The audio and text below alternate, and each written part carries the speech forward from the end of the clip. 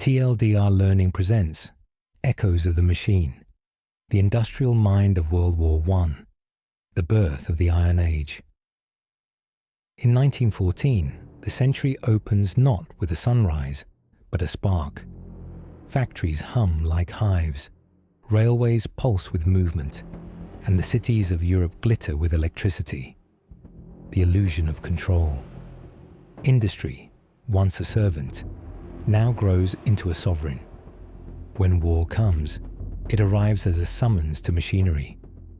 Blacksmiths become engineers, horses give way to engines, and the old gods of courage and honor are replaced by chemistry, speed, and steel. The future has finally found a way to kill faster than imagination. On the Western Front, men enter trenches dug not by strategy, but by survival. Above them, the air belongs to artillery. Each shell is an equation, a calculus of distance, velocity, and despair. The machine gun, once a curiosity, becomes an author of extinction. Infantry charges vanish before they can become stories.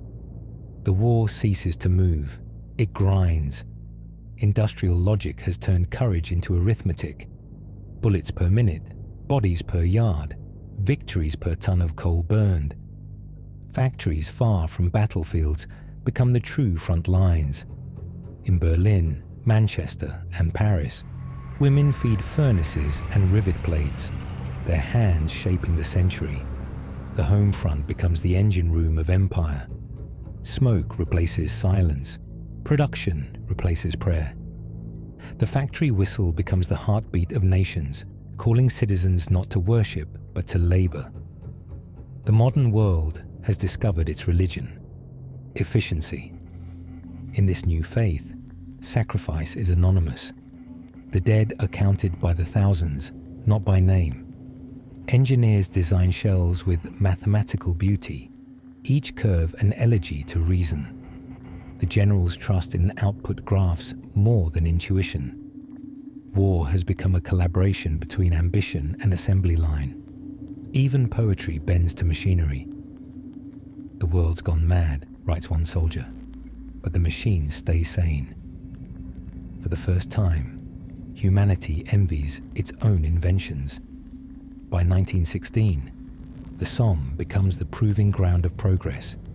Tanks, those metal beasts born from sketches in secret workshops, crawl from the mud like nightmares made real. The soldiers stare as if witnessing evolution itself. Some cheer, some cross themselves, others simply run. The age of the machine has no language yet, only sound. Gears grinding, gas hissing, engines coughing the smoke of civilization. Every revolution creates its own mythology, and this one writes in shrapnel. At dusk, when the guns pause for breath, the battlefield hums with mechanical afterlife.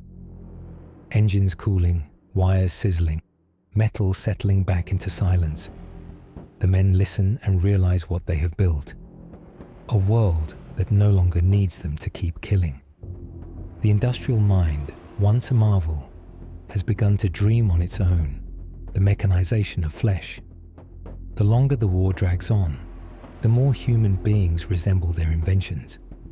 Soldiers wear masks that make them look like insects. Medics patch men together with bolts and plates. The vocabulary of life becomes mechanical. Rotation, pressure, gauge, repair. Gas drifts over no man's land like a sentient fog. The first weapon that kills by thinking in chemistry. The modern age, once obsessed with enlightenment, now worships precision at any cost. Factories turn blood into data. A general asks for casualty projections as if ordering parts. Workers at home read the same figures and call it news. Civilians become components, each heartbeat another tick on the great clock of national purpose. The war economy erases distance. The front line runs through every factory and kitchen. For the first time, humanity realizes that industrial progress and destruction share the same blueprints. In 1917, The first armored divisions roll through ruined villages. The ground shakes, not from faith or fear, but from horsepower. Men begin to measure power in mechanical units rather than divine ones. Even language shifts.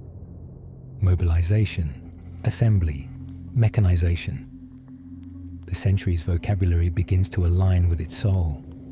A private writes home, "We are the spare parts of something too large to see." He is right. The medics call them the reconstructed. Soldiers return from hospitals with faces rebuilt from wax and metal. Limbs whir, eyes click. Prosthetics, once miracles of compassion, become symbols of the age. Humanity, for all its pain, refuses extinction. It rebuilds itself in steel. Yet every repaired soldier is also a prophecy that the boundary between man and machine is thinning.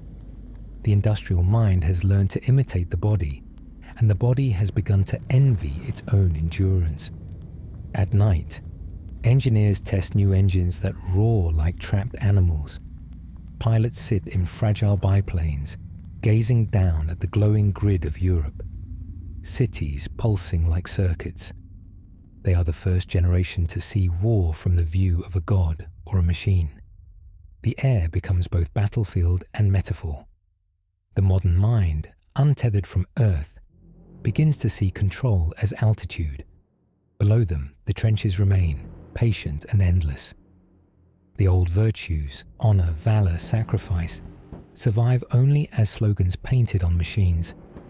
The new virtue is endurance, measured in production quotas and engine hours. When the guns stop, the machines will not sleep, they will evolve. Civilization has learned too much about itself to ever be innocent again. The future will not wear armor, it will be made of it, the machine that remembered. The war ends not in victory but exhaustion. The guns fall silent, yet the machines hum on. Engines idling, assembly lines still hot. Civilization looks around and realizes it has built something it cannot unbuild. The men who return from the front bring the rhythm of the machine with them. Wake, work, repeat. Industry has colonized the human nervous system. The century of automation has begun. The trenches are filled, but the factories remain. Companies that once made shells now make cars. Plants that forged guns now mold dreams of convenience. The same minds that calculated death now calculate comfort. The public calls it progress. The poets call it denial. The line between creation and destruction has blurred into efficiency. Humanity no longer asks whether something should be built, only whether it can. In the 1920s, the hum of peacetime becomes seductive. Radios whisper unity. Advertisements promise perfection through products. The war's technological trauma hides behind chrome and optimism. The assembly line becomes a metaphor for destiny. Each man a cog, each life a process. The dream of precision that once guided artillery now dictates architecture, education, even love. The machine has taught the human mind to think in straight lines, but buried beneath the surface, the ghosts of the old engines wait. Inventors who built the first tanks now design tractors. Pilots become pioneers of commercial flight. Progress marches, but its steps still sound like mobilization. When crisis comes again, it will not need to invent new tools, only new excuses.